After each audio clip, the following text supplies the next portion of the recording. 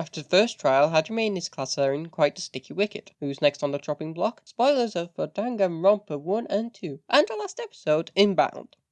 The last time in the series, Hajime wakes up in Hope's Peak Academy and meets 15 other students, who are now in a killing game with class trials, which the first one did happen earlier on. Now on with the show. So Hajime is in bed, and I think it's safe to say that he's not in a good mood at all. Turuturu kills Sonia, and Nekamaru died protecting Akane. To make things worse, Nagito, someone who Hajime hung out with a lot, turned out to be insane. This and everything else would most likely put a damper on his mood. But then he gets a very loud doorbell ringing. This turns out to be Ibuki. He's trying to get everyone cheered up after the first trial, or at least to the meeting. Hajime goes, if only to shut her up. It turns out to be noon when he arrives, and he's also the last test, sans Hiko, who wouldn't come anyway. Ibuki tries the hardest to start a meeting, since Bayataka won't do it. I think the death of 3 students, while he was trying to prevent one, would make him slightly depressed. Ibuki does get everyone's mood cheered up, although it's not much, but at least they're moving, so she considers this a win. Meanwhile, Akane suddenly begins to gag, to which she explains that she suddenly smelled something awful. Soon everyone picks up on the scent, and it turns out to be Haikoko, who admits she couldn't wash herself properly. She begins to cry, therefore leading to Maru protecting her, to which Haikoko does take kindly, as in she accepts Maru as a quick new friend. Everyone is shocked at this, including Maru, but they decide to roll with it anyway. Monokuma pops up in the class explaining that the new areas have been opened up and they should explore them, although they really don't technically have to. Everyone then comes to the sudden realization that Nagito is missing, to which Kazuki accidentally admits that he and Akane decided to lock him in his room to protect everyone, and tied him up as well. Everyone has different reactions ranging from indifference to worry and to rejoicing, although Maru still says that they have to feed him, otherwise they'll be no better than Nagito himself and should take turns. And again decides to put that aside for now, since they want to look around the school, and also they don't want to go near Nagito for a moment, for understandable reasons. Everyone pretty much agrees that they have nothing better to do, and so they head off to explore the new areas. This includes the storage cabinet, where Haikoko is grabbing all the gummies, the bathroom and sauna, where Akane is applied to take a bath, and Ibuki is enthusiastically joining her. The library, where Chiaki and Kazuki are discussing a laptop there, with Chiaki complaining that it's not working, so Kazuki decides to try and fix it and returns to the game, in hopes he can take his mind off Sonia. Meanwhile, Pico is simply reading a book, and she explains that there's nothing in but all files in the archive, and while they could be looked at, they are pretty boring. Gundam and Bayataka are in the classroom trying to get Fuyuhiko to join within the group, to little success. Maru is noticeably complaining to Hajime that he should start training in order to become more reliable and to protect everyone, although Miken points out that he likely wouldn't be able to do enough training to make a huge difference, causing Maru to sigh in annoyance. After Hajime has explored the school, he decides to go back to bed since he feels he needs more time in order to feel better again, and he chats Chiaki on the way down, to which Hajime wonders if this is a normal bedtime. Anyway, he heads to bed. Some free time events happen at school. Hajime is forced to watch eating competitions between Bayataka and Arcane. Why does this happen now? To be honest, I have no idea, but since no one else is doing anything of note, I think this is the best time for friendships to be formed. Eventually it gets to night time, and the two decide to move the competition to storage closet. Hajime gives up and decides to go back to bed.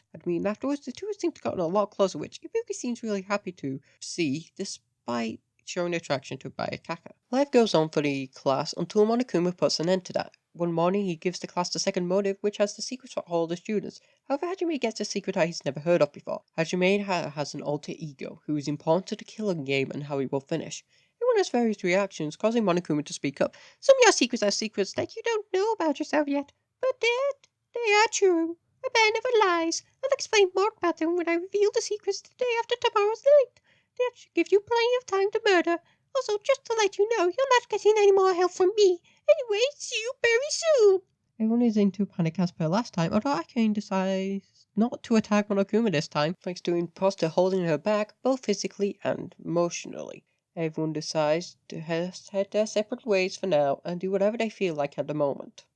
After a while about thinking about it, Hajime decides the best idea is to try and hang out with some other students, although a lot of them don't really want to hang out with anyone at the moment. For the next 2 days, Hajime can only interact with Chiaki, Kazuki, Ibuki, Mikan, Haikoko, and Akane. Most of them due to their secrets, but Nagito can't because he's still tied up. Speaking of Nagito, Maru's had enough of Nagito complaining about food, and due to the stress of the secrets, it makes Hajime deliver his food. Nagito explains that he's uncomfortable with the girls feeding him, and has Monokuma read him his secret. Nagito can't really do anything to rile up Hajime too much, since he doesn't know about the motives anyway, really. So he's fed by Hajime, unlike in the original timeline, in case you wanted to know that. Anyway, it's the day of the secret revealing, and Hajime wakes up to Monokuma napping on him. Monokuma simply laughs at Hajime's reaction, and then falls off the bed. No, sheesh, you're like the polar opposite of when you're up. So pleased when you're sleepy and so annoying when you're awake. Hajime's being blustered by a bear. I have no idea as well. Anyway, open at him, champ. Someone's been murdered, so get looking for your long-lost pal. Hajime immediately panics and heads off to the cafeteria, where some of the others are waiting in a similarly scared way. The students alive agree to look around until Hajime heads to the locker room, and before he goes into the boys' room, he hears a voice. Hey, ho! Someone's being goddamn murdered, and that means you have to get rid of your damn pride or whatever if you want to survive. He turns around to Fuyuhiko, who Hajime is surprised by. After Hajime seemingly ignoring him, Fuyuhiko walks over to the girls' locker room, signaling Hajime to open it. Blushing, Hajime is annoyed but decides to try and get it over with, hoping he doesn't have to explore the place for long. However, hoping was likely the worst thing he could have done at the time, as Haikuko Sanji's corpse is on the floor with a match to the side and a floor stained red along with the obvious murder weapon, a dumbbell, the same weapon that was used in the original version of this case. The two panic over this a lot, leading Ibuki and Shiaki to run over them. Thanks to Ibuki's hearing, who was looking with Shiaki, the two don't take seeing the body well, as Ibuki is beginning to foam at the mouth. This causes the body discovery announcement to play, and the rest of the class quickly heads over to their locations. Everyone, including Nagito, go to see Haikuko's dead body, and Maru can't even enter the room as she doesn't want to see her dead friend. Monokuma gives a Monokuma file to everyone, and they are off. Haikuko was killed at 10:15 p.m. with the final blow being on the head, which can be seen at the body. Two who got the body last time do the same thing, so that's Sakine and Pico. Now, something I didn't go over last time was why those two were picked. Pico's generally seen as someone who's strong but also stocky and aware, and I can just feel she wouldn't be much help in the trials anyway, and since two people are saved to wounded, so that's what they do. Everyone looks around the room where Haikoko is, and they noticed her murder weapon is a extremely heavy dumbbell, one that only the strongest in the class could lift. Ibuki suggests trying to lift it up, but Pico points out that the others could lie about their strength, so the idea goes out quickly. However, everyone gets ideas on who they think could have lifted the dumbbell. There seems to be no other clues in the girls' locker room, so Hajime decides to check out the pool, where he gets an unpleasant surprise. Blood. There isn't much, but there's still some blood there, which means someone else was attacked. However, strangely enough, there's nothing else there, so he decides to check the male locker room and finds an envelope with Maru's secret in and a dumbbell with blood on it, although this one is much smaller than the previous one. Hajime is unsure what to do with it until Shiaki reminds him that it is evidence, so whoever left it there must have seen Maru, and her secret could be a clue. The two decide to open the secret up, revealing that Sato killed a family member of one of the other Ultimates. This news shocks the two of them, as they have no idea who Sato is and where anyone got that information. Nagito shows up and says he'll investigate the clues on Sato, as he pretty much did all the investigation he needs to do anyway. He promises not to tell anyone and heads off, confusing the two of them. The two decide to confront Maru, since she wouldn't know about her secret and what Akira was up to. They ask her if she was out any time during the night, and she says she didn't go out, which means she's obviously lying. The two decide to keep to themselves and ask why would Haiko go out at night, which Maru explains that usually the two like to go swimming during the night and sparring during the day. She's also noticeably holding her head. The two investigate and realize a huge problem. There's a huge lack of clues. The murder was at night, but they decide they needed the alibis of all the females at least. Akin was hanging out with Ibuki and the imposter, as there was another interview competition going on, and that was around the time Kazuki finished fixing the computer up, so Chiaki was with him. However, they've got nothing else. Nagito comes to the two and asks if they can go into one of the bedrooms, as this needs to stay secret. Nagito explains to them that Sato was a talentless friend of Maru's who had planned to go to Hope's Peak, however suddenly died one day, with no recorded documents of what happened, although there were rumors that she was murdered by one of the Ultimates. This finishes the investigation part of the trial. Again, please know that I'm really bad at trials and investigations, and this is mainly an excuse in order to progress the story. Anyway, the class trial begins, although when everyone arrives, Pico looks slightly worried, although it isn't much for people to notice. The class trial goes about as you would expect, due to the size of the murder weapon and the fact that only Akane has an alibi. Pico is really the only one who could have committed the murder. However, throughout the entire time, Maru believes that Fuyuhiko did it, and Fuyuhiko is desperately trying to keep the information off Pico. But alas, it is still Pico. Lee's writing? Well, yes, but actually no. I'll explain in a while. I suppose, and Pico is correctly chosen as the killer. Fuyuhiko is not happy about this at all. As it turns out, Pico was secretly working for Fuyuhiko's accuser for a long time. We already know this, and at this point, so does everyone else. This was meant to be a spoiler romp, guys. There's so much fun after two, you would expect something up between them. Anyway, run aside, Fuyuhiko explains that his secret said that your sister was murdered by someone called Sato. He wanted to meet up with Maru, and then, while arguing about what they should do about Sato, he hits her with a smaller dumbbell.